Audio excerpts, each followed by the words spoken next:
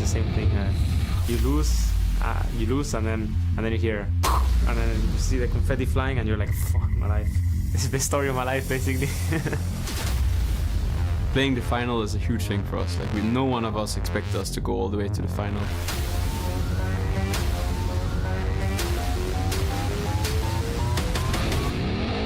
And Splyce are coming up huge. Boom! Headshot! A quadra kill for Gabi! In the end, if you want to win, you need to beat the best teams. And G2 has shown to be one of the best, if not the best team here in Europe. Triple for the Sivir! And they turn it right around! The quadra! I wouldn't even be surprised if we would end up winning. I told myself that I would never lose a final again. Jak dym snujący się nad miastem. Wieści o bestii wędrują poza miejskie mury.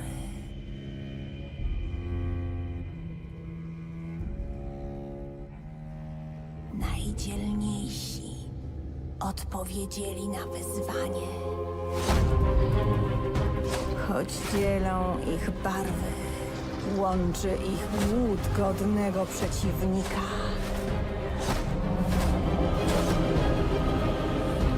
Ale tylko jeden z nich może przetrwać płomienie bestii.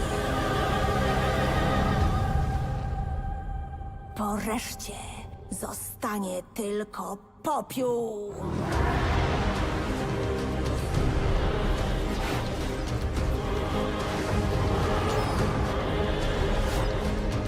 Kto przetrwa?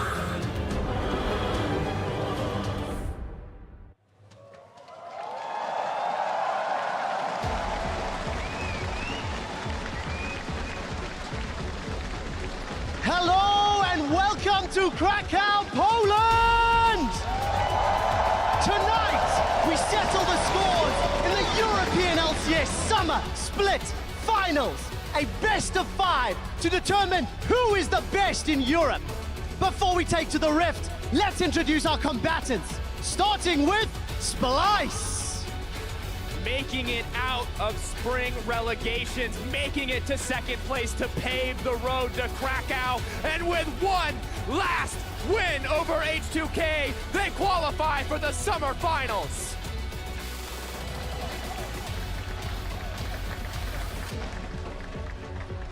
Put your hands together for the number 2 seed from the regular season.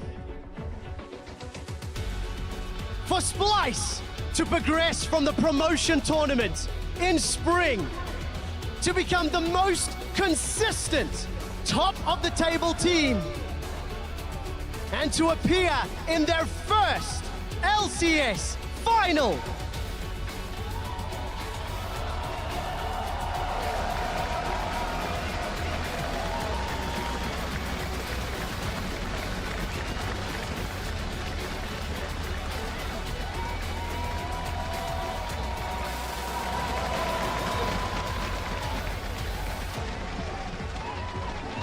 Let's meet the players in the top lane. It's Wonder!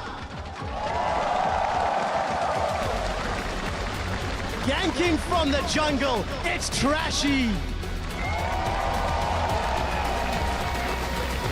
Controlling the mid lane, Senkux!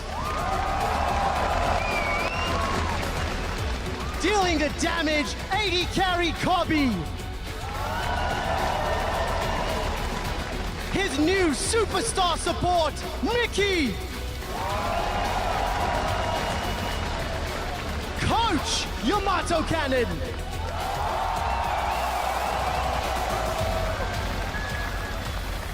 Substitute, Tifa!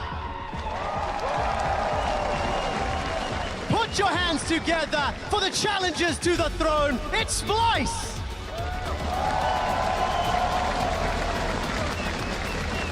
Their opponents on the Rift today, defending Spring Split champions, G2 Esports! G2 full control. This is the form we're looking at, and this is them going to finals. We'll see them there in a week.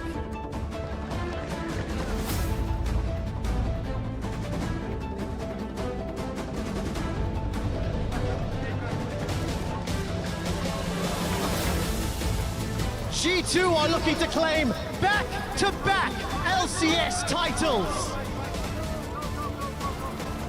Wanting to represent Europe on the international stage and prove they belong there.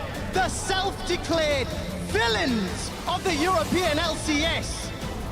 G2 are walking past the trophy that their name is already etched on.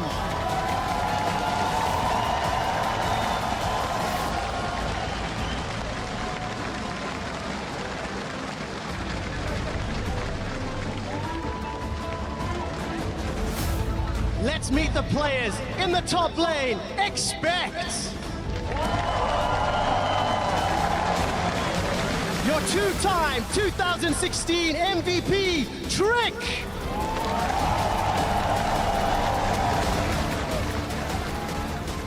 Mid laner, Perks.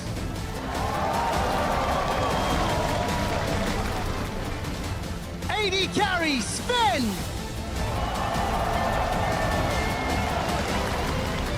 Support, Miffy.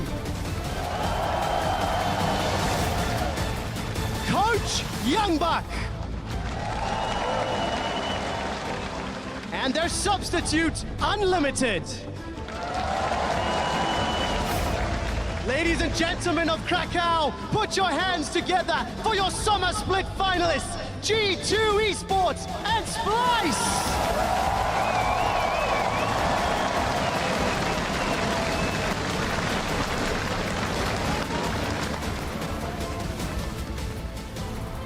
There they are, Splyce and G2, and there is this cup that they are fighting for today to become the champions here in Krakow.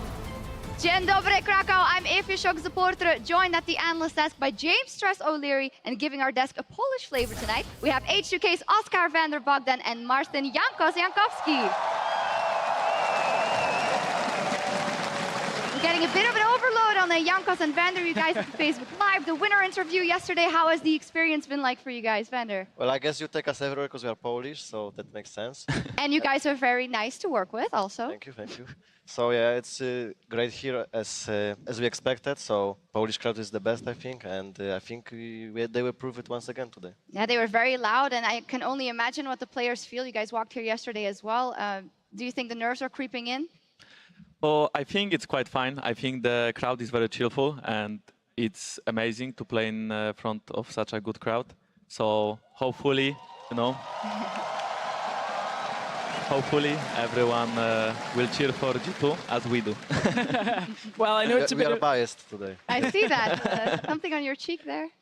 Just a little bit. I mean, the crowd is a little split. We did a warm-up, and, you know, a lot of Splyce fans still out there as well. But, you know, these two teams coming into 2016 were challenger teams. And now Summer Split, the Road to Worlds, both of them are in the finals. I'm so excited for this matchup. Yeah, so am I. But before we get into today's final, we're going to take a quick look at what happened yesterday. H2K claimed the third-place match over the Unicorns of Love. And as Jankos put in the post-game interview, while it wasn't all that hard, what is your summary of the match for people that might not have seen it? Well, I believe that the only game that we lost was simply because of our own mistakes, and Unicorns was a really passive team. They didn't try to force stuff. They were overall kind of worse individual players, so I wouldn't call it the hardest, you know, playoffs of my life, I guess. They put out a fight, and it was a good series. I've got to ask a little question to you, Vander. What was the conversation like between you and Ryu and the Tom Kench with the Cassiopeia? Oh, okay. This was really bad, and that's the moment we lost the game. So basically, we tried to set up the map, I think, for Drake, because Infernal Drake was spawning. And then I went to mid to help Ash. That was my plan. And then I heard, help me guys. And then like, oh, something's happening. So I went to help Ryu. I didn't have to really eat him. I didn't know he had flash. And then Forgiven died mid lane because he thought I'm with him as well. So I think it's just communication was terrible all around, and yeah, we lost. Way to call out the bad moment. They won. I was expecting it to be a little funnier than that. It was an oopsie, like, but you won this series. Okay. I'm sorry. Right. With that, though, you guys did win the entire series, and that means that you definitely have a team to root for today. And I think it's the only time in his life that Jankos is going to cheer for Perks, because if G2 wins the entire thing today over Splyce, that means that H2K qualifies for Worlds on the most championship points. Whereas Splyce, if they want to go to Worlds, they need a win today in the best of 5, or they head to the Gauntlet, because H2K will be taking the spot on points. They're still cheering for H2K, though. Sadly, we're not playing today. Maybe, No, maybe they don't know it. That's why we're putting you on the desk here. So does it hurt to root for Perks in G2? I mean, yes, I think it's actually very unpleasant feeling that I have to cheer for a guy that's actually very overrated. And I do think he will be able to beat Senkooks on the mid lane, but I think when he goes to the World Finals as a rookie and as a cocky kid, I think he will have a lot of troubles there. But today, I cheer for him, and hopefully he will do his best. What you're saying is that both mid lanes are boosted today. Yes. All right, there is well, no Ryu, so. Okay, we're going to dive a bit deeper into that matchup between G2 and Splyce and that mid lane in just a sec. Let's talk about the teams in general, though. The two best teams out of the regular season, 1 and 2. And a couple of weeks ago, you might have said, well, G2 is more of a favorite. How much of a favorite are they today? Well, I think when you look at G2, kind of what Jankos is alluding to, there were a couple of mistakes that came out of G2 from Perks and the rest of the crew when you look at some of their games. I think one thing they have as a slight edge in this best of 5, though, is this is Splyce's first time on stage. It's their first finals. G2 have been here. They've done this before, so they should be a little bit more settled on that. But as we said, a few mistakes did creep in, so I still think they're the favorite. But honestly, anything could happen in this best of 5. Well, it's hard to say if the inexperience of Splyce players will take a big part. Like, most of them played in relegations. Like, I think Trashy won relegations 3 or 4 times, so he's experienced to play when there's a big stake. The game, and then obviously G2 is really experienced and they won't have any problem with stress, so I believe overall I think they will win. We'll see what happens, and we want to take a look at some specific matchups, and the first one is Wonder versus Expect in that top lane. Wonder was the MVP of their series, their semifinals, versus you guys, H2K. That Gnar, and in general a fantastic performance. Jankos, do you think that Wonder can tilt this matchup heavily for Splyce going up against Expect? Well, I think Wonder is a really big part of Splyce team. I think with low resources that he has, he pulls out amazing plays and he's a very consistent player. I do believe, though, that Expect will be able to contain him, and even in our matchup, they should be able to kind of not let him snowball as we did. We can look right here. I think if Splyce wants to win, that's the person that has to carry them. I think he's like the weakest point of G2 is their top lane, and the strongest Splyce point is also their top laner, so I think it's their only hope. I absolutely agree. Wonder has become, well, I agree with most up until the open bit. It's, you know, it was surprising that Wonder had such a growth throughout the summer split, has actually become, you know, a big contender for the top laner in Europe here. And he's had such a big growth. And that was actually surprising because the Splyce of old used to all be about Senkooks. It was all about that mid lane matchup. And that's where we want to focus on perhaps a little bit next. You guys have already been a little fiery when it comes to talking about the mid lane matchup, but you can't really ignore this matchup. This was a big staple matchup all the way through Challenger, all the way through Spring, and again they meet in the finals of the European LCS. Now Senkooks has struggled a little bit when it comes with his overall mid lane progression this split, but he's been roaming very heavily, and Perks has been making mistakes, so Soledad's against Exile, he can't really afford to do that today. No, indeed, and I heard your opinions on it already. You think they're both boosted, so no need to dive deeper into that. Rather, Perks is also very vocal always on social media. We have a couple of tweets from him after the semifinal where he said, GG, we won, I did nothing in the series, but God's trick carried, admitting that he'd need to step it up, and then he followed it up by, I have absorbed my failures from the semifinals. In the finals, I will unleash my God level, channeling his inner Gilius. So. Yeah, it's that Gilius meme, so yeah. I wish him the best, but I don't think it will be the case. So. Okay, is there any other matchup that you guys are looking at? Maybe quickly touch on the jungle matchup. Our two-time MVP, Trick versus Trashy. How much will that influence things? I think Trashy has a lot of experience, but I don't think we can compare him to Trick. And I think we cannot talk about those two without mid lane. I think both of the teams play very well around mid lane. I think that's partly why we lost the game versus Splyce. I do think, though, that Trick and Perks are the better duo. And I think Trick is just too smart of a player to get beaten by Trashy. And he's Korean. And he's Korean. And he is Korean, that is true. A lot of interesting matchups there. We haven't even touched on the bottom lane yet, but we'll certainly follow up with that later. Players are almost ready, so we're going to get into predictions. Maybe kick it off, Stress? Yeah, well, I think we're going to be here for 5 games. I think the score 3-2. I actually believe Splyce can edge it out and hold the trophy up high at the end of the day. I'm sorry, I'm not making friends today. That's what I personally feel. You got to be true to your heart. Hey, bro, I have to talk to you after, yeah? Okay. I think G2 win. G2 win, and how many games? 3-1 or 3-0. 3-1 or 3-0, so pretty convincing. I do believe indeed that G2 will win. I think it will be 3-1. Worst case scenario, 1 game or 2 games maybe. Perks would get caught. Otherwise, I don't see how Splyce can win the game. Our slightly biased analyst duo here are rooting Maybe for the Mikix Bard can catch Perks a bit. Actually, Bard should be so good against Perks. Oh, there we go. Some info if you're listening there. Well, we'll see what happens. The players are readying up for picks and bans in Game 1. So let's shoot it over to the caster desk and kick off the Summer Split Finals.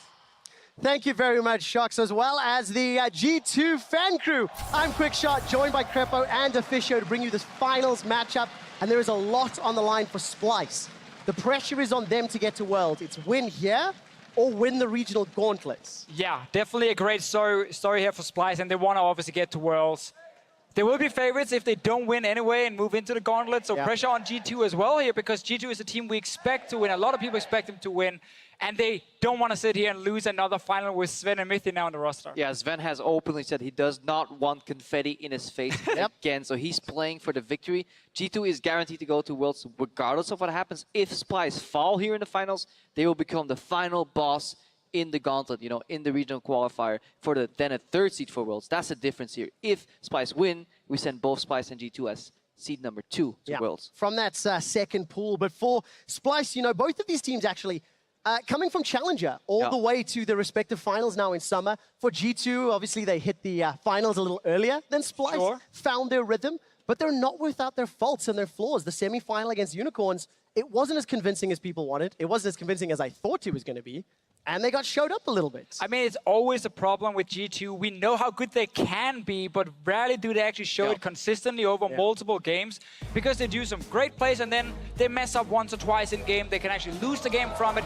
It did happen, obviously, against Unicorns, but they still managed to qualify for the final. And they are now playing against a Splyce that has shown remarkable growth throughout the season. Yes, their series against H2K was close, but as a team, from their starting point to where they are right now, they can be proud. Nobody's surprised by some of the mid lane bans here. Maybe all of them could be surprising, but what else are we expecting here? I mean, it's a bit of a surprise to see the Kassadin banned out by Splyce themselves this early, because it's usually a ban that is used against Senkux. It is most likely a respect ban against a red side team. Obviously could last pick the Kassadin. And we obviously got to talk about why G2 here with the 1st seed decided to pick red side. I personally believe it comes down to last picking either for Perks or for Mythi in the bottom lane and try and secure a strong 2v2 lane, because that is the strongest point of G2 together with Trick. Yeah, we saw just how much a last pick support even could influence a single game yesterday when Vandal locked in that Karma and completely dominated with Forgiven, and at the base of those rotations they kind of won the game. One ban we will see a lot today on red side will be that Rek'Sai.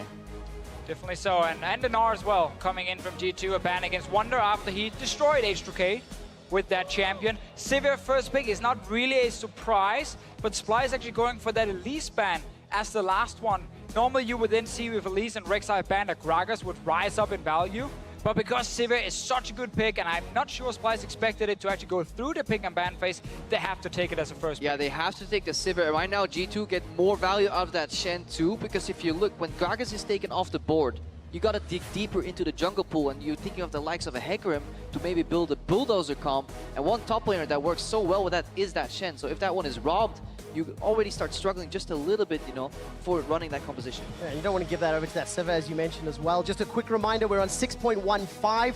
Aurelion Sol is still disabled due to that visual bug, and that's important to note because it was banned against Splyce so heavily in the semi-finals. G2, few seconds left to round out their 1st rotation, and it looks like it's going to be that Rising Gragas. And once again, a very European pick and ban phase where Kassadin and Ryze are hotly contested picks. It's been banned a lot here in playoffs, the Ryze pick itself. Very early rotation. It is not really a flex pick right now because people don't use top lane Ryze very often. So it is most likely coming back to us, down to the mid lane and back to us. And you guys know what this means. Obviously, it means that we had a bit of an issue in the pick and ban phase. And also, we actually want you guys just to look more at As us. a quick update, I'm hearing that it is a mouse-related issue this time around. We did do some additional investigation to the picks and bans problems Not the yesterday. same problem. Not the same In theory, hearing it is Trick's mouse. So the guys on stage will be looking at that. We got all the way to that Ryze Gragas, and you're talking about the European picks and bans, and this flavor that we like to see. Are you surprised at the first few rotations, or is it just kind of those priority picks for both Splyce and G2? So I didn't expect Ryze to show already in first rotation, but this is obviously from scrims. These two teams have been practicing against each other. The expectations that we weeks. have is basically weeks old at this point. Yeah. Like they're at a Right. level ahead. Like they're making a move that it's a counter move to their opponent's counter move at this point. Yeah, and But explain why, Crepo, because we know they've been practicing, but you mentioned this all fair to me as well. Because it's just so incredibly hard for playoff teams to find scrim partners. Like you're gonna play any of these teams eventually anyways, and if you're in the shoes of G2 and Splyce around week 5 or 6 in the split, you know your top two teams. You can make each other stronger and you can learn a great deal. If you're a team like G2 and you have to scrim any other team, you will mostly be teaching instead of learning from scrims, and you're actually just leveling up your competition. That's why these teams have scrimmed out so much. Also, they had to buy into semifinals. You just got to scrim each other, and then you know that you're going to the finals like double prepared. we also have to look back, at the entire region during the split. We had a lot of weak teams, honestly, during the split. So if you are G2 and if you are Splyce and you are two teams who seem ahead of the competition, obviously you start scrimming, against each other way more for the best practice possible instead of trying to scrim teams you might stomp in like 15, 20 minutes. So that's why back in week 4, week 5, they kind of figured out, okay, we are the two best teams. Let's keep practicing together. And they both just kept moving forward where other teams were struggling. As you can see on your screen right now, our IT guys are on stage with Trick. I'm hearing that it is a broken mouse. That mouse is being replaced. Yep. These things can happen. There are replacements in the building. It'll just take a couple of minutes to get that up. I mean, on I got a stage. mouse here that can I power have up. also confirmed 100% it is not the same thing as yesterday. So I just want to throw that out there. And Crepo, I sort of interrupted you there as we're looking forward. There's a few rounds in this draft. We've already talked about how the teams have to interpret one another's weaknesses, despite knowing each other better than any other team in Europe. But it also means that now Splyce have to reveal their cards too, because there's planning things in scrims, and then there's revealing on stage what your comfort picks really are, and that's why it's so important that Gnar is finally banned out. Maybe if G2 think that they can face it, and maybe they can even take it, maybe they have a plan for it, but in a game 1 of a best of 5, you just ban it out and you tell Wunder, show us what you got. Exactly. It's not like Gnar has to be a must ban. Same for picks like Vladimir. Teams have shown multiple counters in the past, but you remove comfort picks in game 1. You challenge people. And also, when you show Ryze this early as G2, I kind of feel like they're like, hey, what do you want to play against this? We want to see what you want to play against our Ryze.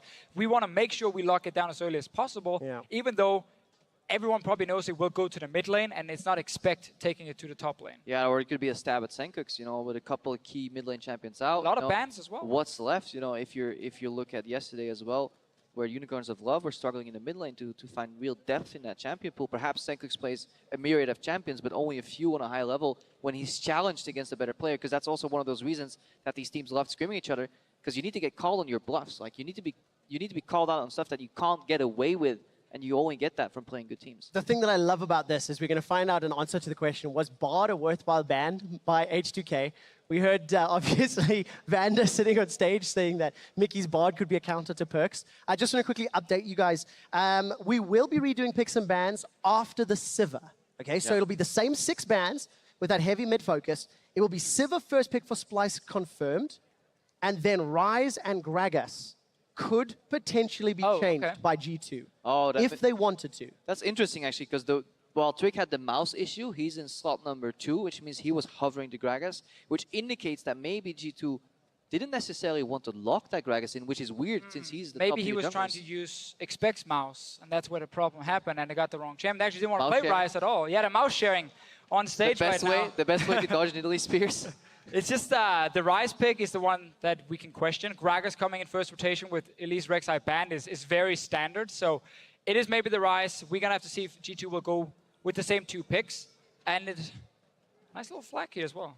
Do you think they do? Do you think the Ryze, the Gragas, knowing that Elise and Rek'Sai are off the table, that remains unchanged. I mean, it would Gragas, be really yes. weird. And hitting Trashy as well. I mean, Yeah. Gragas, arguably Trashy's best champion. I mean, it has to be locked in. I'm just extrapolating from the evidence based that Trick's mouse was bugged, and he was the one hovering the Gragas. Exactly. Ladies and gentlemen, we will be jumping back into picks and bans here for the Summer Split Finals. As a reminder, the broken mouse is going to reset it up until that first pick, Sivir.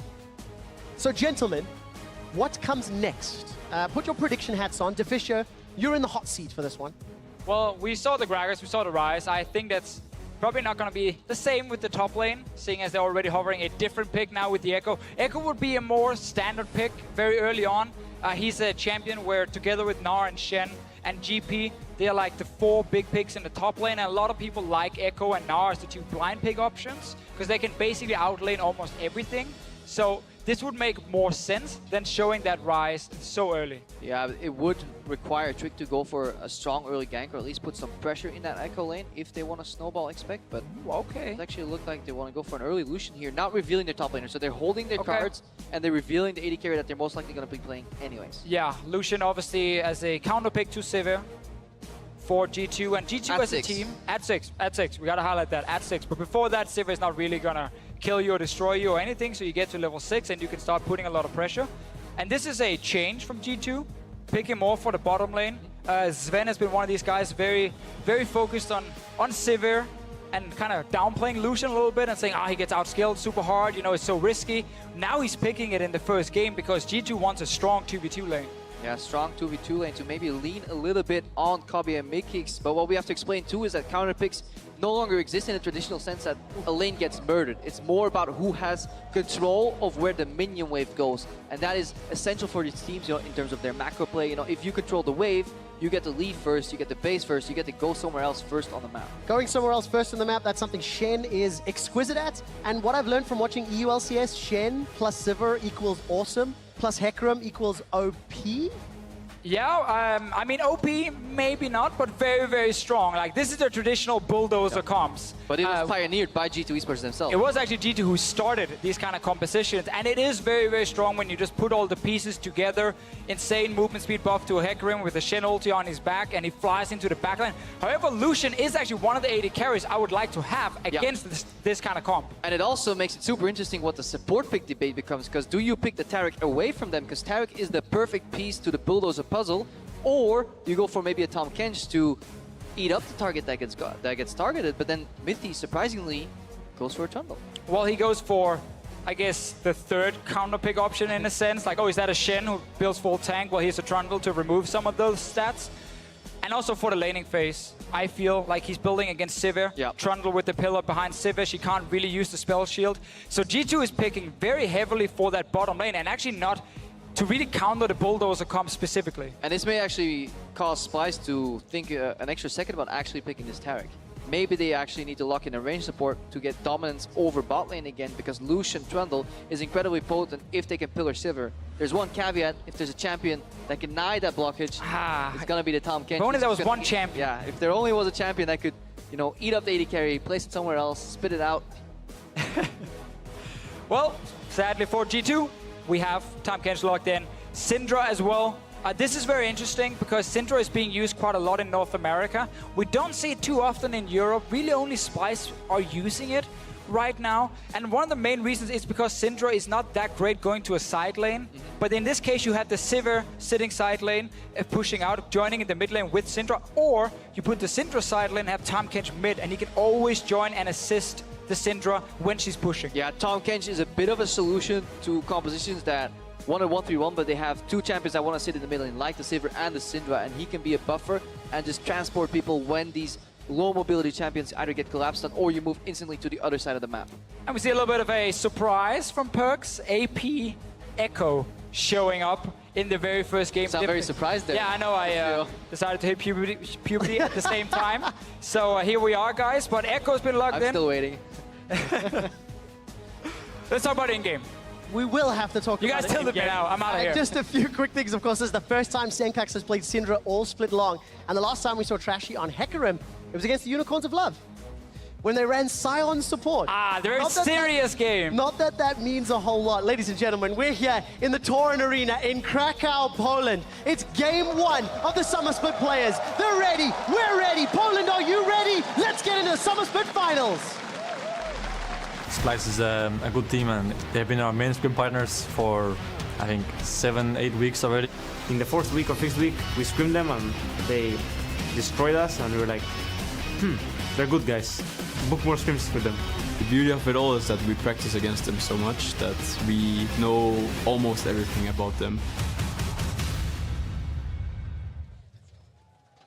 The defending Spring Split champions G2 taking on Splyce.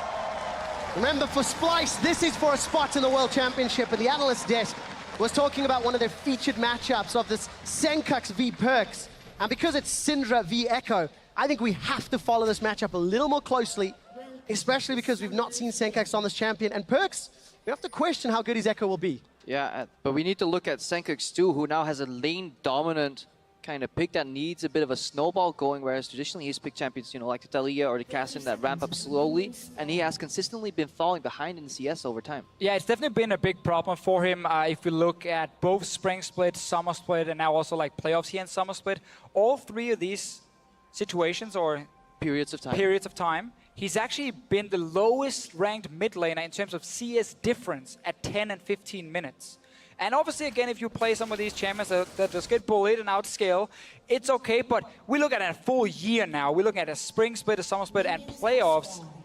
And if you're consistently that low, well, then your laning phase is just not good enough. And there was even a game when they played, I believe against the Unicorns, it was where he had a Malzahar and just one ruined E-Tick just made it all, or was it against HGK rather, where it all fell apart. You know, he fell behind like 20 CS plus against Rio, so we need to keep an eye on Senkux and how he does in his early last hits. Yeah, because the crazy thing when you look at this mid laner is how he would lose laning phases, we talked about against Ryu, as you mentioned, versus H2K. But once he gets outside of the laning phase, he actually does a lot of damage. He has great damage per minute, he has a high damage share on his team, so higher than his AD carry.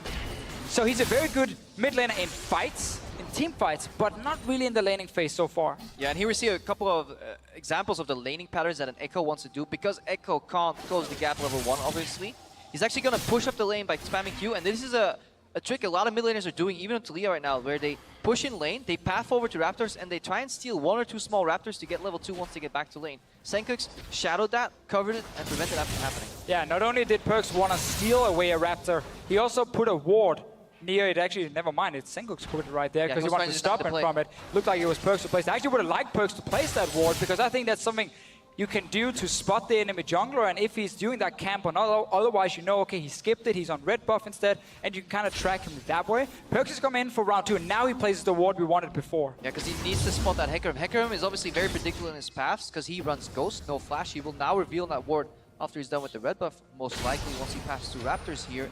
But then Perks, once he pushes in the wave, he can bounce back, hit level 3, and then he has threat, because when Echo has all 3 spells, he can put the dome down, threaten with going in with E, and if he has jungle pressure, there is at least an opportunity to burn Syndra's flash in lane. I mean, that's kind of the thing when you play Echo. It's all about being able to push in the lane. Because if you get pushed on the tower, it's very, very easy then for the enemy mid laner to hit you and harass you. So you gotta keep that lane at least even in the mid lane and just keep weaving these minions down here and then last at them in the end. Yeah, taking a look at the Keystone Masteries, of course. Perks running the Thunderlords. No Surge. No Surge this time around. You surprised by that, Crepo? I actually like it. I know I'm not Crepo, but I want to be Crepo today.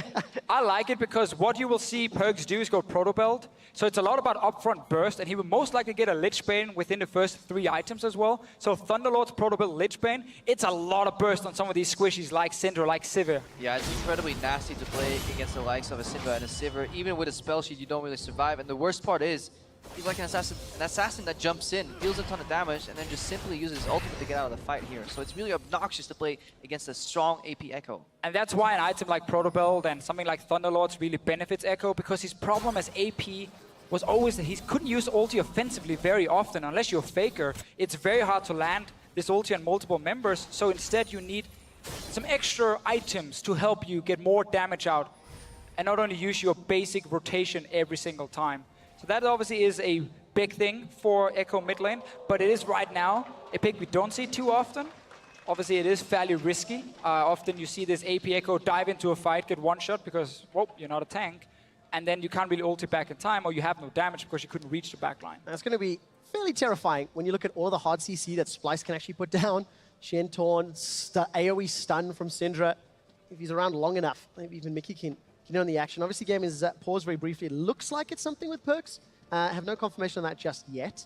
We've not touched too much on the other lanes. Nope. CS seems about even. Sven surviving these early levels until he maybe wants to start bullying Cobby and Mickey around a little bit. Yeah, both junglers are similar in the sense that they do like farming up early and going full 4 or 6. Like Gragas has kind of one shot in a shotgun where he can gank without falling too far behind.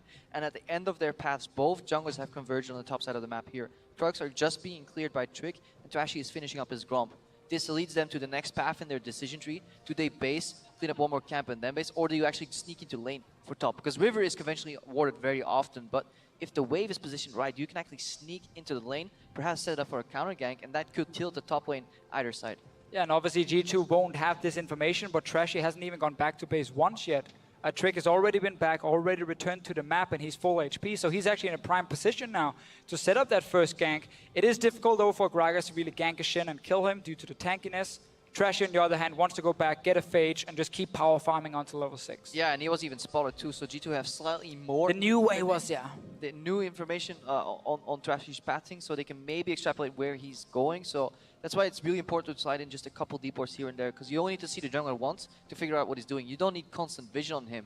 Just a little bit of information, or perhaps lack of information when you ward an already cleared camp, indicates where the jungler goes. I'm very excited to see how these teams make use of some of this information as the series pans out. Update on the issue, it is a queue-related game setting for perks. We believe it's just a configuration setting, so you can hear the game sounds. That is just quickly verifying that perks can make an adjustment to his settings. I believe that... they just went in game for a once couple they've of seconds. checked, yeah, exactly. Just gone in, unpaused, check the setting out, and we'll then verify with perks whether or not his time winder is working happily or not. You forgot to keybind. That's what I think. That's what we're hearing. But we need to verify. Sometimes you try again and you relog. And it's a high-pressure situation. It is. Sitting on that stage. Although for G2... Do you smartcast, Fisio? Always smartcast. Everything. Except for on a Thresh. Impossible to smartcast. Both Flay and Q. Is that true? Impossible? I only smartcast. Okay. I guess I'm talking to the two guys who are shoutcasting with me, and it looks like the smartcast / setting has been fixed. Trick delivers a barrel, and Wonder's forced to flash. Yeah, and we got to talk about this during the pause. Trick had already recalled once, was back on the map here and ready to actually gank, so he got a flash from top lane, and that's important for G2 being able to push out as well and get expect back to base. And honestly, if you're a starting jungler and you need to learn something about jungle efficiency, you need to follow what Trick does, because somehow he always smoothly transitions through the game. He almost never falls behind. I had a chance to talk to him a little bit yesterday. I asked him, Trick, when's the last time you fell 2 levels behind in jungler? He goes like, never. I'm like, anytime he scrims, no, never. If jungler 2 levels behind, you FF and it's over. So he's really keen on keeping his levels at least equal to the enemy jungler, but still making an impact there. Just forces the flash on Wunder while preserving his own. And there's a reason he's the 2-time MVP here in the European LCS. Every single game, you can feel the impact that Trick has. Despite the strengths, the public feel this game is very close. 53% of the votes. And I think that's probably a testament to some of the sloppy play from semi-finals, Yeah, definitely we saw good things and bad things from both teams, so I think it's fair for game one to kind of want to test the waters and see, is one team really better? Also judging from the third place game, H2K was a much better team than Unicorns of Love, and obviously Splyce had to go all 5 games against H2K to make it into the final, and it was so close in the end. Item-wise, we get to see some of the first items come in here. Perks obviously has gone back and got a Dark Seal for a bit of extra sustain with Corruption Potion. Junglers will potentially see each other on the bottom side. Well, Treasure will know the ward has just been placed and they didn't see the guys leave the bottom lane, so he knew Trick as well was on bottom side. But it's a great ward because it prevents Smithy and Sven from actually having and now he gets one. Manual face check going there. Because if you face check and you ward it and suddenly Ghost Hecarim comes out, you have to blow your summoners here. So there's good communication on the side of G2. Both Oracles get reset and status quo. Both junglers here CS trading with each other, just putting a ward down here, you clear that one, pick up 1 CS. And they get to spot each other, nothing really happens here. Hard for Hecarim pre-6 to gank anything anyway. Yeah, and we see something that makes the Fishu very happy, which is Sheen first on Hecarim. So I like when you go towards 24s, definitely, and not Cinderhulk. I actually had a chat to Maxlaw specifically about Sheen versus Phage. He prefers Phage every single time. Other junglers prefer Sheen. I don't think the difference is too huge. Just always go towards 24s as your first item and then go Cinderhulk after. Otherwise, you're way too slow at clearing and farming. And if you fall behind on Hecarim, you really have no impact. Yeah, and that's something that Splyce definitely will need to cover up, but obviously the fact that Shen and Sivir can amplify Trashy's engaged potential as the game plays out. First back for AD carries has already happened. Kobbe and Mickey, they were bullying Sven and Mithy just a little. BF Sword and Long Sword. Sven and Mithy trying to push that wave in and maybe reset it towards them, yet to back. Yeah, once you get pushed in, you need to push in against the other side here, especially 72 CS is an incredibly high number to back on, but Sven has been almost CSing perfectly here, you know, at 7 minutes, 30 seconds, hitting 72 CS. He must have not barely missed any, really, and now you have the option to potentially go top, because they can trade sides of the map with the GP ultimate if they so wish, but they're hitting their power spike right now, because Sivir and Tahm Kench, they don't get any combat steroids. Tahm Kench gets a little tankier and Sivir can run away from the fight, but in pure damage, Lucian with items plus culling is incredibly strong. Yeah, Splyce gets to push out the bottom lane here. They would have the option to then push it all the way in and actually recall and go to top side if they want to try and rush down a tower. But it is very difficult against Gangplank because he has barrels and ulti to wave clear. So very often you will lose that trade. It's one of the things Shen doesn't offer is that wave clear. So suddenly swapping against GP is actually not that smart of an idea, and therefore they have to stay bottom lane and risk playing against this level 6 Lucian. Trashy has hit level 6 now, he's looking for a gank on Perkz, but so is Trick. Oh, this is a 2v2 in the mid lane. Senkuk's not going to be able to find the stun, but Perkz, the power is unleashed. Scatter the Weak will not connect onto Trick. He's flashed away. The onslaught challenge finds nobody. First blood to Splyce. It's Wonder that gets it. The Stand United delivers him to Expect's waiting hand. Oh, Wonder just taunted 2 members, but he did get close enough to the tower and took a few shots. Plus the GP ulti means he goes down as well. 1 for 1. A lot of spells being used here. Bottom lane. Run away! That was a defensive one from Kobbe at first. Trashy does show up as well. Will be spotted. Crepo, you called it. It's the runaway button in terms of this match. Also run in a circle bottom right here. Just press the button. Whatever you do, press it. No, it's really important once this Trundle hits 6 that you are incredibly careful in this lane, because Trundle ultimate plus culling on a single target means he's dead. He's done for. Cheeky ward right there over the wall too is really good to kind of fake teleports, because yes, Expect's teleport is down, but Perkz ones is up, so if you get a ward over that spot, it's outside of Tri-Brush range from Pink Ward, and you can actually send in Perkz in the backside. Good pillar here. A lot of damage. Kobbe not going to find the boomerang, and Sven dashes away. Yeah, dashes away once the boomerang comes out here. You need to look at Perkz, what he can do. He died, so he lost a little bit of his advantage in lane while he was getting ganked, but Expect picked up that kill while farming in the top lane, so he now even out that matchup. Definitely important when you have Gangplank. He gets scaling. Trashy going for Perkz again. Oh, take a look, but I think there's going to be some trouble here. Perkz is going to throw down the parallel convergence. Here comes Trick. Scatter the Weak. Not going to really lock anyone down. And Trick in the right place at the right time prevents any further deaths. And I like the focus here from both junglers. When you play against a melee champion in the mid lane, you can very often go for these ganks, and Trick knows that, so he's here to help his mid laner. Over and over, bottom lane, another trade. Oh, Mickey's in so much trouble, already exhausted Sven. The culling's flying wide. There's now a teleport in the mid lane. Senkuk's is the target. Perkz looking for more. Good fight. Flash blown in trade for the TP, and it looked like Mickey got away with his life. If he flashes any later, he will carry Perkz with him in the air. Perkz will land in the tower and will be able to focus him down and then just simply ulti out of that exchange. So it's really important when you play versus Echo that you flash him behind. Very standard start for Perkz as well in terms of items. Same, honestly, for the Syndra on the other side. You want to get that early Negatron cloak. It's a ton of extra MR for you. You needed to survive that burst coming. Plus your own ulti makes it very, very hard for Syndra to burst down an Echo with early magic resist and that extra HP he gets. And then for Syndra, picking up the early lost chapter, it's kind of reminiscent of Catalyst back Best in the item day. in the game. It just allows you to sustain through the lane. So much mana you get back from it as you level up. So it's very important for kind of spamming champions that really need their spells to take control of the lane. This is basically where Perkz also needs to decide. Does he want to rush straight towards Abyssal Scepter? Does he want to go proto build after the Negatron to get a bit of extra damage? Bottom lane, once again, Trashy's on his way. This ward is just outside the Tri-Bush, so they will see him, but it's very late. Oh, here comes Wonder. Sven's in trouble, not even going to flash away. Trashy gets a solo kill with no support. How hungry are Splyce? They've invested a teleport for that. That actually tells us that gank could have worked even without the teleport here. So really good pathing from Trashy. And this is, We saw one part of the Bulldozer already in mid. Now we see the strength of Trashy once he rushes in. Sven will have an incredibly hard time staying alive later in this game.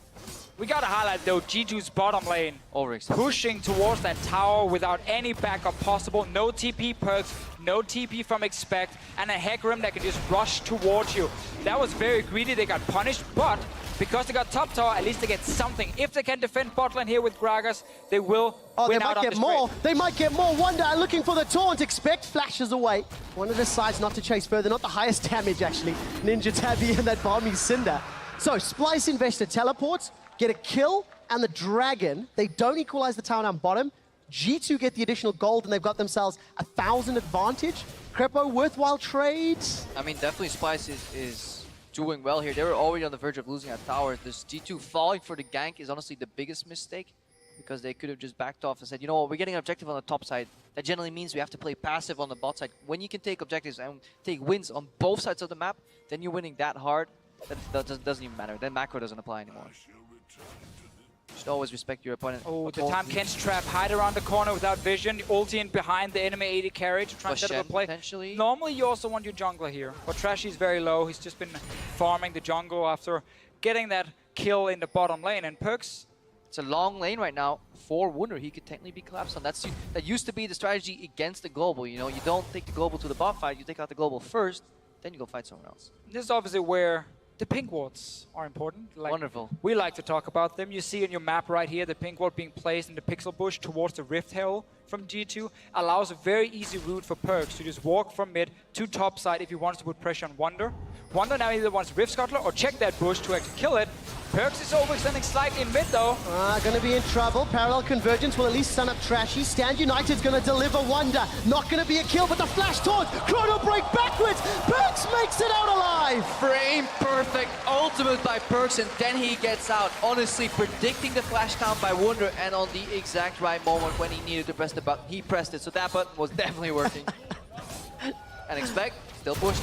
That was actually such an insane play from Perks. The reaction time, clicking that ulti just in time, dodging the taunt. If he gets hit by taunt, he dies. Bottom lane, another trade against Mickey. Yeah, but look at Trashy. He's got flash. He's got barrel. Mickey and Kobe have got support from Trashy, and G2 decides to peace out. Sven was running low. And this is the hard part about this matchup. You want to focus the Sivir because you have so much damage, but Tahm Kench will eat her anyway. So you skip that step and you start focusing on Tahm Kench, but then you have to be wary of the counter ganks. And here we see it again.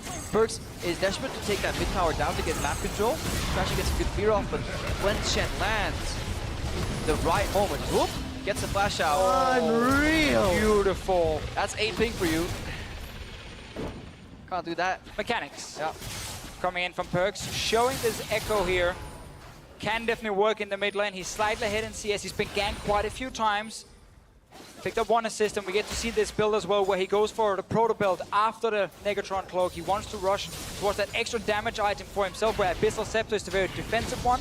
He wants the extra DPS from the proto belt, which is very important for Echo. Yeah, and you've got to look at the different CS numbers, the different itemization here. -10 on that Syndra in the mid lane. Morello picked up. Triforce almost picked up for Trashy.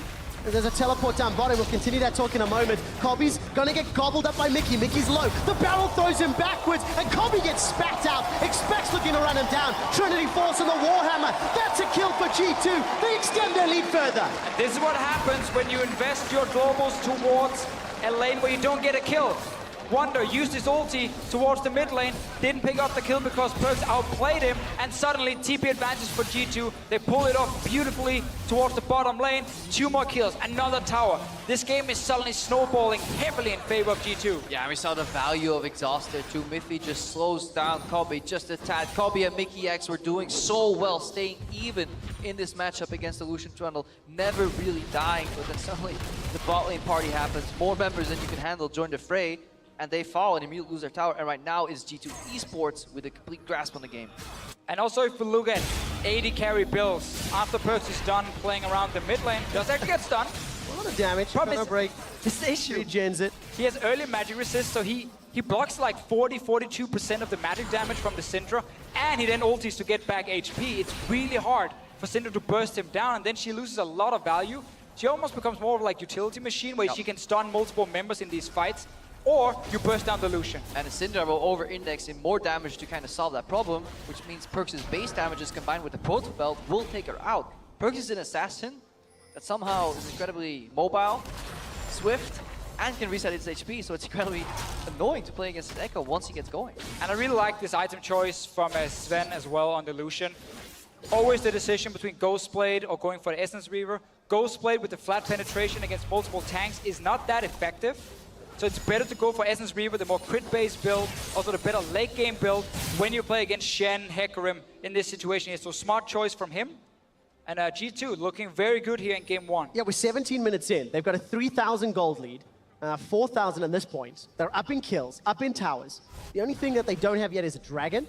But that's not going to help Splyce yet because they're just falling further behind and they've got no control. It seems like what G2 does works. Yeah, but we have to return to some of the notions that we were looking at prior to the game. It was that Expect was going to have an incredibly hard time versus Wunder, and that the bot lane was heavily going to lean on their opposition or opposing members on Splyce, and that's not happening. Kobe and Mickey X actually did a great job staying even. But Expect actually is pulling ahead here, mostly because Wunder was leaving the lane to influence mid lane. Yeah, definitely Wunder's been very active on the map, but that's the thing about GP. You just pop your ulti and you're technically also active on the map. But also it's a good matchup for GP we see very often. Maybe we have to question Splyce going for Shen because Wunder does well when he's a split pusher, a bit like Visichachi yesterday.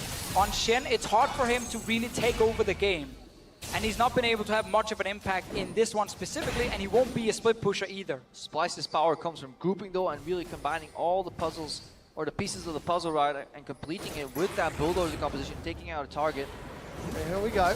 Mickey's gonna use that Abyssal Voyage just to push G2 away. It's cheaper than Cube. Yeah, wasn't really engage opportunity. And Splyce, in game 1 of this best of 5, remember, they're playing for a spot at Worlds. G2 are confirmed, regardless of the result today. And they will have that pool 2 seed, but they're playing for pride. Very, very outspoken about Sven and Mithy in particular. They don't want to be the losers. And I've even heard Perks talking on Twitter about how if they win the split, even though their MSI performance cost that pool 1 seed, they will be taking, it was their fault. They take the blame. Yeah. They take the blame, they take their position, and they don't hurt another team. And I think that's a very mature, very good way of looking at it. They still hurt our pride as European fans. They can earn it back at Worlds. No pressure, boys. Definitely, yeah. You know, make semi-final at least. It's going to be easy this year.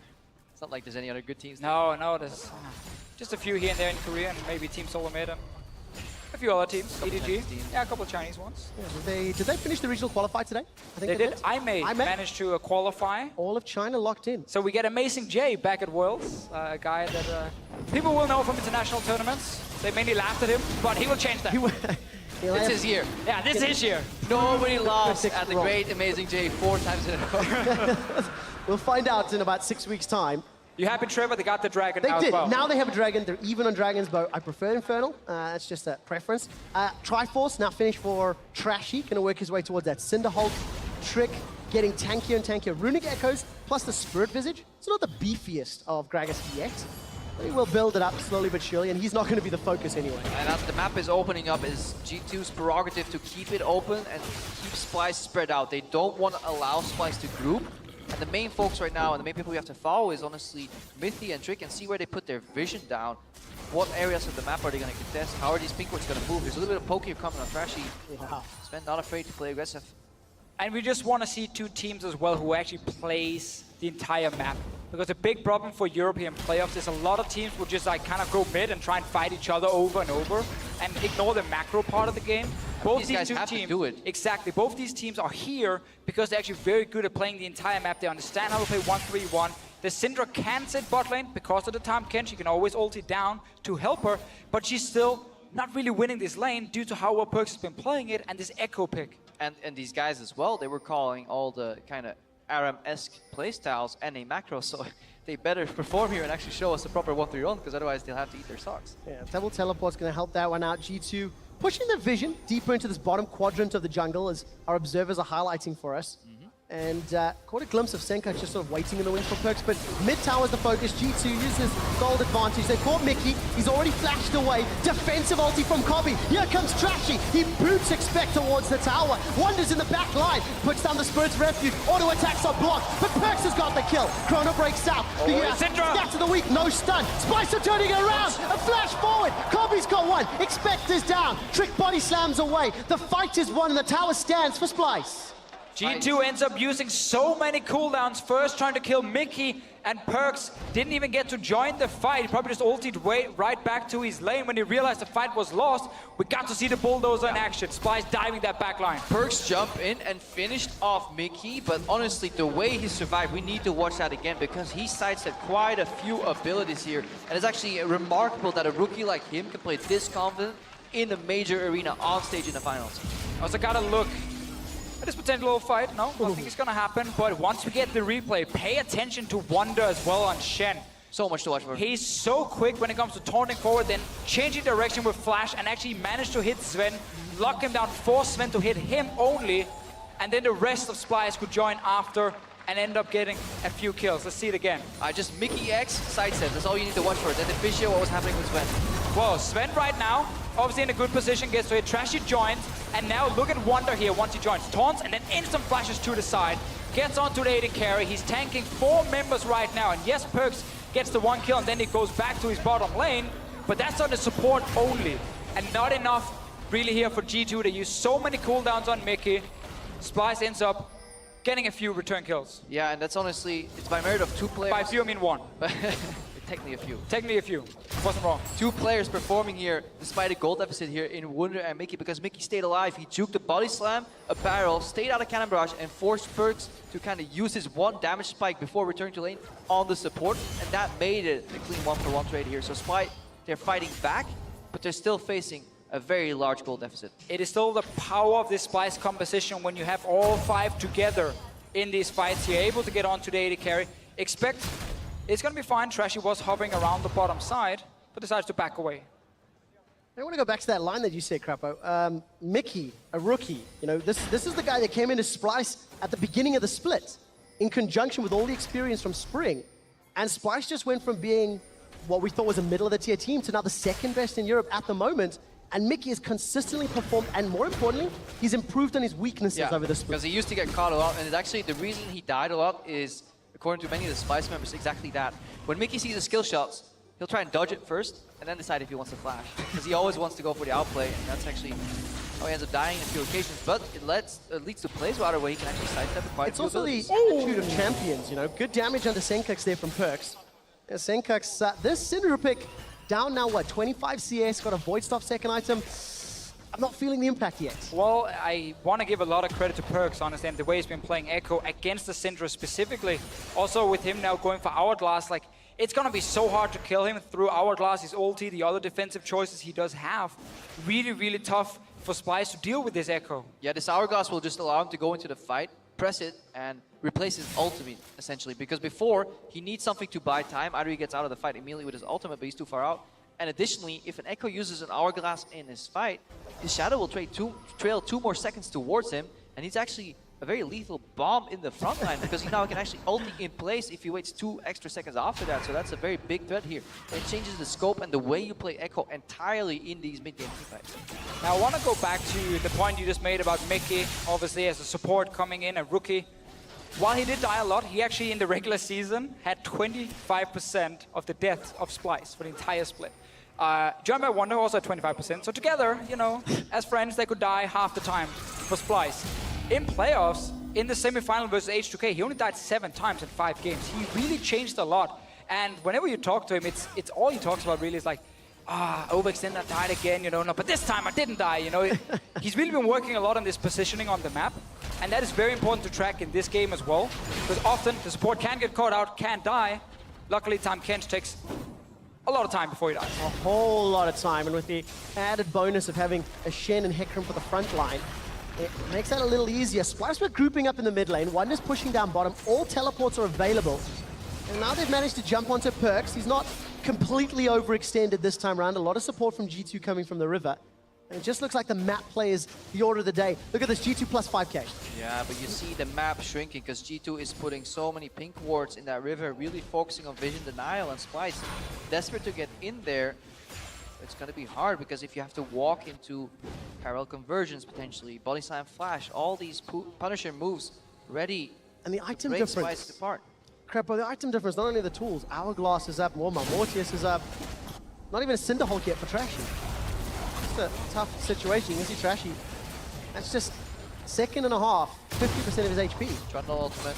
But this is where G2 guys really need to start getting even bigger lead, potentially a Baron, and actually win the game, because they have this item advantage, 3 items completed on multiple members, where only like a component on the side of Splyce. Because while G2 is ahead and they're able to play 1-3-1, it still definitely feels like Splyce can win fights. They have a good composition to win these fights here. Still 26, 27 minutes into the game. So G2, they want to be able to now take that big fight, take the Baron, and really push towards the Nexus. Yeah, and they're looking for a couple extra pink wards to place in that river, then control that, and when they see Splyce reveal anybody, maybe just put some pressure and get a couple deep wards in the enemy jungle. But Splyce is doing a great job aggressively defending that. Look at the 2 pink wards they placed at blue, and then at the pixel brush right next to it. They really don't want G2 to get any vision beyond this point, because then you get choked out, and then you're forced to face check. And in between, potentially sending in a tanky member, flanking with a Hecarim Shen, or just a blue trinket, Splyce is stalling G2's attempt at closing out the Baron area. Yeah, we can see both teams lining up on the map though, very specifically. Perkz is in the top lane because the objective for G2 is that top side of the map with the Baron.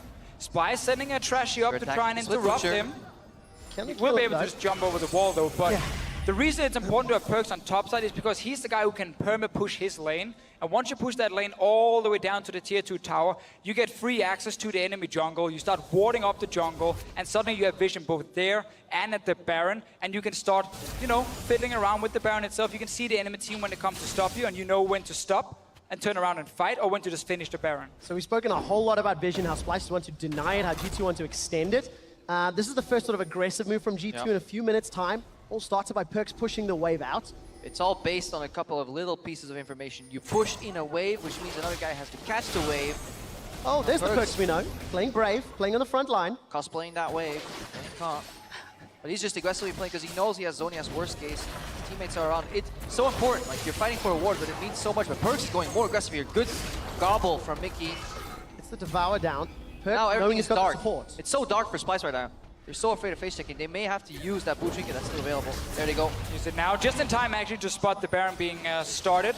We'll still move in, and the problem for Splyce is though when they actually do engage, they can't see who they're engaging against, really. They don't know where G2 is standing on the map. Yeah, and G2 peace out. They run away from the Baron. Perkz was still on the front line. He had Trick standing behind him, but now G2 backed away. That vision play has been defended for now. Yeah, because they need to hit mid again. Every time you make a play, you have a 30-second window, because when the next wave comes into mid lane, that's when you need to push it out again, reset mid.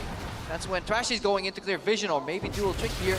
Wow, got the flash already. Splyce, they're split up. Trashy's already used his ghost. He's already used his onslaught of shadows, and G2 send Trashy back into the fray. He's not down yet, but Perkz is looking for him. A Devour will save Trashy's life for a few seconds. Kobe flashes away. Boomerang Blade is going to get dodged by the chrono break, and on the back line, Wonder's killed by G2. The lead is extended. Perkz was keeping 3 members of the Splyce team busy in the front line, so G2 with the remaining 4 members could clean up the back line. They have complete control over the Baron area. Splyce tried to contest, but they failed. They lost, and they're looking to lose this Baron. It's just so hard for Splyce, because when you're walking into this river, you only have one way out, really, and that's the same push and entrance you just took towards the river. So once G2 can collapse from 2 different angles, well, you're never going to get that coordinated fight where you dive the enemy backline. No, you get flanked yourself, and then G2 can win the fight easily. And this was all built on the foundation of this vision control by G2. Trick, respect flashing, really important now.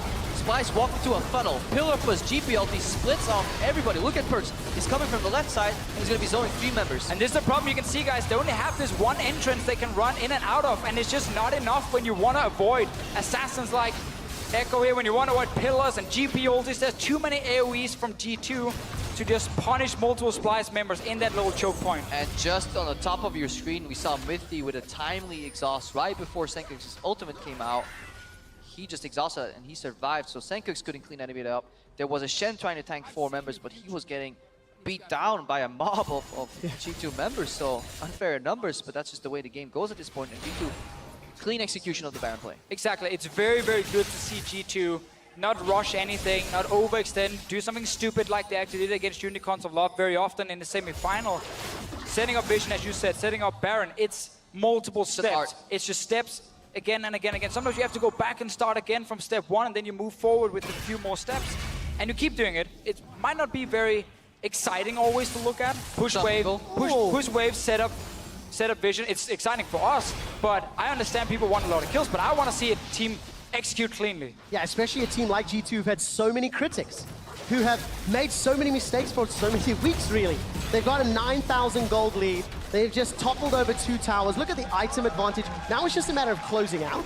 And both teams start looking towards the next game in the series. Trash is going to try one last attempt, but Mickey's already dead. Onslaught of Shadows splits up G2, and Senkux spreads out the team with Scats of the Week. Perks jumps over the wall. Thunderlords comes down in conjunction with a Time Winder. Trashy's on the front line. Takes a small parlay for his trouble. Chrono Break, no, that's the Hourglass. Perks has already used his Chrono Break, gets chunked down. Just a little too eager in that fight. And that is what they call cocky movement there by Perks. Rather unnecessary to go in for the second time, but he survived a very long time. And we did see a glimpse of what he could do now that he has the Hourglass available, because the natural reaction, hang on. A lot of damage there onto the inhibitor. Here comes Wonder from behind. 2-man taunt. Boomerang comes out. There's no ultimate. May Perks have cost the inhibitor. Double kill for Kobe. Tricks the target. Ooh. He sidesteps the dodge with that big body slam. And Mickey, I think he canceled the Abyssal Voyage. Now they turn their attention to Trick. The tongue lash misses as well. For a big guy, he's got quick feet. Dodges everything. Trick manages to make it out alive, and the inhibitor stays standing. Yeah, that Greg has been squatting because that's a firm booty. Just a tongue lash, an inch too short. The Senkux ball throw also just too short. Trick managed to get out of there, but that's honestly G2. As we are praising... It's the caster curse again, when you finally praise G2 for clean execution. Multiple steps executed well. This was okay from G2 to get the first kill. Sven is out of any sort of danger, and they're able to pick up 1 kill, and then Perks, without his ulti available, he dives in. I mean, right here, you're fine. Just back away, go back towards your mid lane, and then it wouldn't... Look at G2, the rest of the members. They were all ready to mid, because nobody expects your mid laner to go back in there. It wouldn't be a G2 game without Perks doing something like this. Every single time he has to do it. We just praised him. Though. I think I already know which replay Jankos and Vander are going to analyze after the game. Because right here, Sven used his flash in the earlier replay when Trashy engaged. He had to use his defensive summoners, which means Wonder can go for the back and land a beautiful 2-man taunt. And then right here, he's also close. Trick body slams out. He gets a double ultimate, and then it gets right out of range for Tongue Lash. And when we come out of the replay, Splyce were able to pick themselves up the Ocean Drake, the last regular Elemental Drake before Elder, as well as that bottom tower. It is very, very small victories. They are still in a 10,000 gold hole. They have an exposed inhibitor. They're down 5 towers. Assuming G2 go back to this control style, they should still be able to close this out cleanly. But you can see the strength of the team fight from Splyce. Well done, Perks. Obviously, he was dead before we showed this, or before we started counting in that last fight. But yeah, severe late game. Here's Trashy. Good block from Mythic. Onslaught of Shadows finds nobody, but Sven's in trouble! The Onslaught of Shadows and Spirit's Refuge has already been used. Sven continues to run for his life. The flash was used. Kobe's trying to chase further, but here comes Perks. He phase dives forward, and the fight turns around. Perks is down! Perks is down! Splyce are down 10,000 gold, and they're winning the fight! Elder Dragon's up in a minute. The Abyssal Voyage, it delivers Splyce to the back line. Have they bitten off more than they can chew? No, because Mickey on Tom is hungry as hell, and he's not going down yet. And this is what we talked about earlier. While G2 were ahead and they looked very, very good, it always felt like Splyce still had a chance in these big 5-on-5 team fights.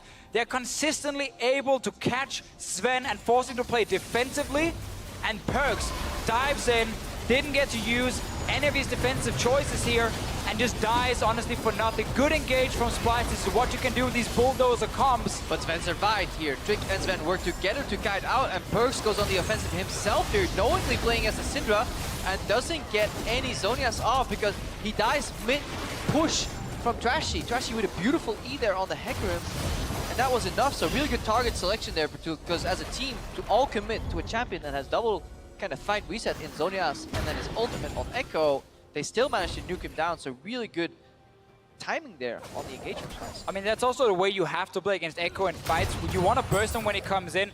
If you don't kill him, at least you force him to either use Hourglass, so he won't do anything for a few seconds, or ulti back towards where he came from, so you won't kill your backline.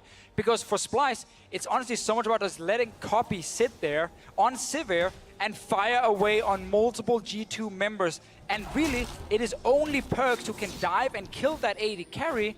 But when he jumps in and gets instantly pushed back, pushed away, and bursted down, well then suddenly Copy doesn't die. It's very rare to get 3 or 4 or 5 of those team fights in a game where you are down this far for Splyce. But they've got 2 GAs, and GA picked up by Expect as well, so there's even more fight resets and fight elongations. But Splyce, they're showing they can find those opportunities. And remember, this is a best-of-5 series, so even though if they may not make it, their resilience means so much in the scope of further games here. They go down fighting, showing that they can fight back from deficit. It means so much. Oh, parallel convergence as well as Cannon Barrage. That is a very big ultimate for a potential Baron fight. That's up in 3 seconds. Ghost used. Senkuk's trying to get a cheeky little pick there on Sven. He's respecting it, but they've lost mid lane priority, which puts them the kind of macro play in Splyce's hand. G2 will be able to wave clear mid very easily though, and it consistently becomes a game of who can push the mid lane first and then move into the river and start setting up vision for this Baron. It always means you need to have pink wards and sidestone wards ready once you get that river control, otherwise you don't really do anything.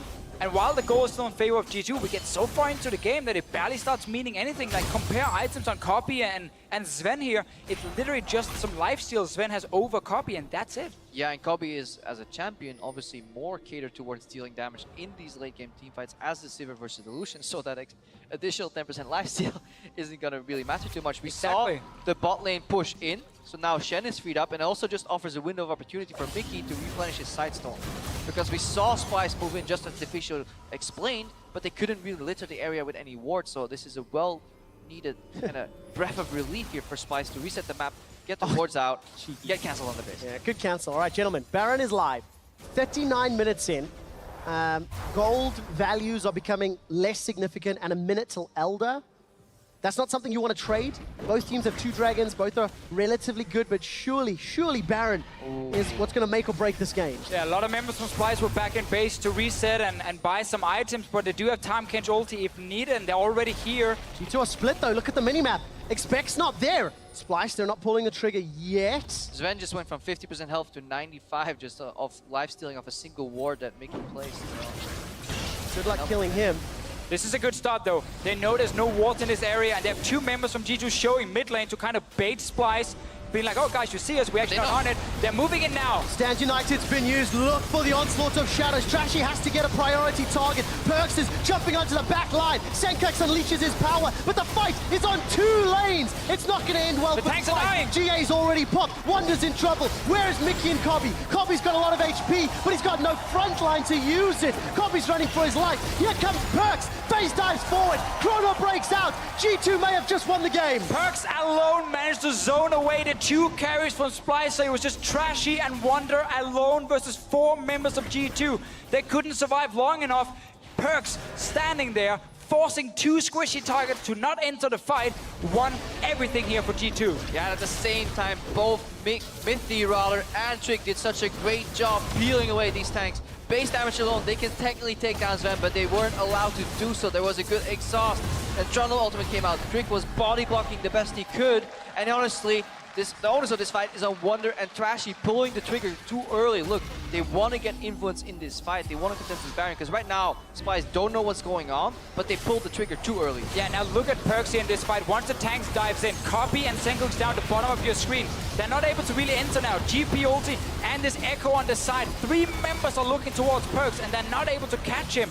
Great ulti from Expect as well to just block the entire river, and that means 2 tanks goes down and no one dies on the side of G2. Yeah, we saw a perfect 2-man body slam, well held there by Trick, as Sven stepped back and continuously kept hitting double shots on everybody in the front. Right now, this is the final contestant for this Dragon. Well, Dragon is the target. Perks is already killed Mickey. He just gets deleted after using the Abyssal Voyage. Elder Dragon's still the target. Senkux is going to get dropped. Sven gets the kill credit. Copies the target as the Chrono Break buys more time. Sven flashes forward. The shutdown kill. Splyce are routed. They are killed. They are aced. And G2 are looking for the base. Sven with a quarter grill straight out of the Matrix. He loses with the culling and then flashes in piercing light. Follow up, beautiful fight there. Really good awareness, and he knows when to step forward. He knows when he can deal the killing blow. 40-second death time is across the board, and G2 uncontested walk into the base. The 5-man stack had to fight hard right at the end. Zonia's works. Zonia's does work this time round for Perks. G2 Esports strike first at a potential back-to-back split title. This was a game where G2 honestly looked like the better team almost the entire game long. A few great engages from Splyce, kept it somewhat even, never in goal, but in terms of how the fights were going. But then in the end, we get to see the power of a late game GP ulti zoning off and Perks sitting in that side here, blocking these squishy members from joining the fight. 2 tanks goes down, gives the Baron over to G2. We saw good things from Splyce in the fact that Kabi and Mickey held their own in the bot lane and that there was aggressive plays globally from Wunder. Splyce also understood how to win fights with their compositions, but they're playing a composition pioneered and kind of brought to the scene by G2 themselves, and they understood it better. So they kept the map open, and barring that one mistake from Perks, they were completely in control of the mid game. Did Splyce pull the trigger too quickly, too early? Because they had those plays in the bottom lane. You know, they did net some gains, but the cost was just too great. You know, losing that first tower blood, giving up your TP in the early game. I think it's hard to say that Splyce really misplayed the early game. I think the Shen ultis were good from Wunder. They were great ideas. Yeah, he gets a kill in mid at first, and then the other one where Perks outplays him. You can't really blame that on the play from Wunder specifically. That was just super well played from Perks. Nothing more Shen could have done in the situation. And there were small things that kind of gave advantage in the start for G2. And then winning that first big mid-game fight obviously really tilted it towards them. It's the situations where both teams kind of know exactly what the good plays are. That's where mechanical outplays matter the most and kind of get created. Perks was getting ganked there. There was a beautiful collapse. A global used in mid lane to get Perks down. If Perks dies there, that means mid lane towers under pressure, which means potentially there's a roam to bottom lane. Mickey, Mithy, and Sven will have to play careful there. So everything could have been influenced, but then Perks presses the button. I mean, there was a lot more focus on macro in this game here specifically. Again, you said individual macro and micro, right? Yeah, both honestly, but especially macro is key to highlight because we've had all this, you know, criticism towards the European playoffs where a lot of teams haven't focused on it at all. We saw 1-3-1 setups, we saw Baron setups, we now follow all the steps. We saw obviously Perks once had to go in and die, of course. Get it out the system. But, he had to do it, he had to do it here in game 1, but we actually saw some very clean plays being set up, especially from G2, and some very good team fights from Splyce as well. Crapo, to my uneducated eye, G2 come in looking much better prepared, much cleaner than their semi-final series. Is it a big step up, or is it just a symptom of getting 5,000 gold lead by 20 minutes? I mean, they look coordinated in how they got that lead because they didn't get it to just sheer out laning. And for me, just most impressive is that Expect was able to hold his own, and Wunder, without a carry lane in the top lane, could only help his team. He couldn't kind of pioneer and spearhead the carry. Well, I want to hear what the analyst desk has to say about that same question and about that top lane matchup. G2 has taken game 1 in the series. Let's let the analyst desk break it down. Thank you very much, Trevor, and I will extend that question to our analysts here as well, who have been watching the game from the crowd for Jankos and Vander. At least, how much better does G2 look, or how much better do they look just because they got so many thousand gold ahead in this game? Well, I think overall G2 played much better in the semifinals. At the same time, we can't forget that the lead makes them play much better as well. I think they played their comp flawlessly. I think the only reason whatsoever the game was so long is simply because of Perks. And he's getting cut as per usual. I was about to praise his early game because him playing so well made Splyce look like a little puppies. But at some point, he was just so I don't know, boosted. Boosted. Wow. I have a replay I want to show you. He knew the game is won, so he just went on a trolling spree. So. All right. Well, we'll see what happens before that trolling spree. Let's take a look at one of the replays. We were keeping our eyes on the mid lane, and then Jankos, what is this boosted player doing here? I mean, this guy is a god right here, okay? For some reason. Now he's Faker, and then he will be bronze fight. Right now he's Faker. Somehow he escapes the 3-man gang. He plays perfectly.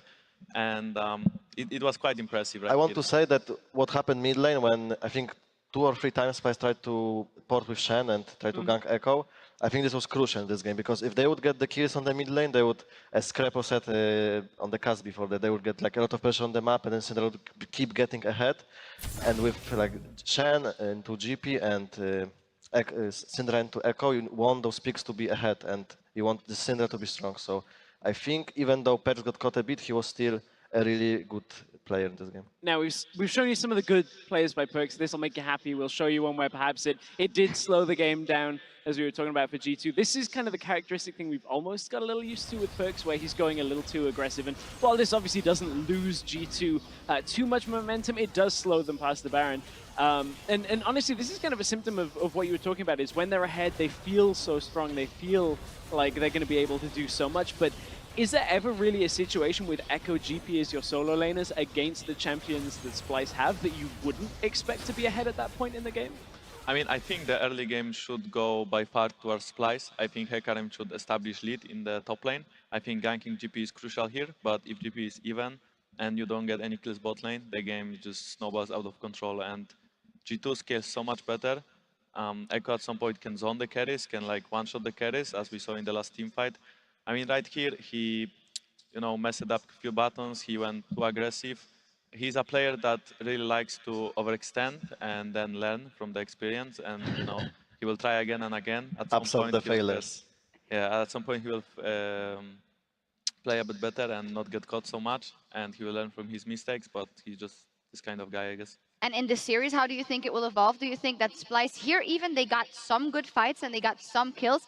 I feel like the Syndra from Senkox, I know it got behind, but sometimes they were in these choke points, and I never really saw that crazy Syndra ultimate that can turn a game around. Well, the difficulty in this is what kind of target he goes for. There's a load of tanks that are very difficult to ult down, and you look at it in the Echo, as you said, it just does very well against that. So Senkox on this Syndra himself, it's a good pick normally for the laning phase, but when you run out of targets, it's not so great. One pick I kind of wanted to get your thoughts on briefly as we head towards the commercial break, Vander, the Tahm Kench that we saw coming out of Mickey. What was your thoughts on his play? Well, I mean, he was a bit, he got caught a bit too much, but it was really hard. When your team is behind, when you play Tahm Kench, it's kind of hard for you to play because your carries don't do enough damage, and they're gonna just simply die 1v1 all the time to enemy carries, especially when you play against Echo or Lucian. So, like, it's really hard for him to do anything. He can't make a play, and when he wants to defend those carries, the team fight is kinda already lost when they just try to fight 1v1, because even though you make the carry not die, he can't do damage, and that's his job, right? So it's just really hard sometimes to play Tahm Kench when you're behind, as you could see my play yesterday. Yeah, So, we'll see how the series evolves. Thanks for that. We're going to take a quick break here at the Tauron Arena, but before we go, we're going to take a closer look at one of the hard carries of Game 1. In 2015, after qualifying through the Challenger Series, 17-year-old Danish prodigy Jesper Sven Svenningsen, then known as Niels, burst into the EU LCS Summer Split with Origin. Binding onto Facility, Morsu is responding with the damage, but now they go for the follow-up and they're looking to run the Wolves down. Niels will be flashing forward, he gets one, he gets three. Although the entire team was impressive that year, the star AD carry shined bright early. You're finally seeing an aggressive play here. Romer makes the move speed, jukes the taunt. This is why Sven is one of the best AD carries, in my opinion, in the world. That was insane. He would go on to earn a top 4 place in the 2015 World Championships, gaining respect as a world-class AD carry. A few more shots will do it. Oh, boom! The kills come in, and this could be the semifinals for Origin. After losing 2 European finals in a row, Sven and his partner in crime, Mithy, joined G2 Esports in an attempt to finally claim the title. Sven's performance this split is at its most impressive when we look behind the numbers. Let's start with the early game. He has the most kills at 15 minutes and holds the highest KDA. The new 2v2 lane meta heavily benefits Sven and Mithy's strengths as a duo. Mickey does off his hair. Great silence. Quick first blood. Double kill. Best bot lane in EU. In teamfights, Sven is invaluable. He does the second highest percentage of his team's damage out of any European player. They did pick up his Hustler, they did pick up Smitty, and now they've turned it back around again. A triple kill now as they find Knight, and Sunstar flipping away the quadra kill! Are you kidding me, Sven? Sven could be the missing piece for G2 to prove themselves beyond Europe. From Challenger to Worlds, Sven has played fantastic on every stage. His deep mechanical skill, when paired with his competitive spirit, means he will not stop until he proves that he is the best in the West.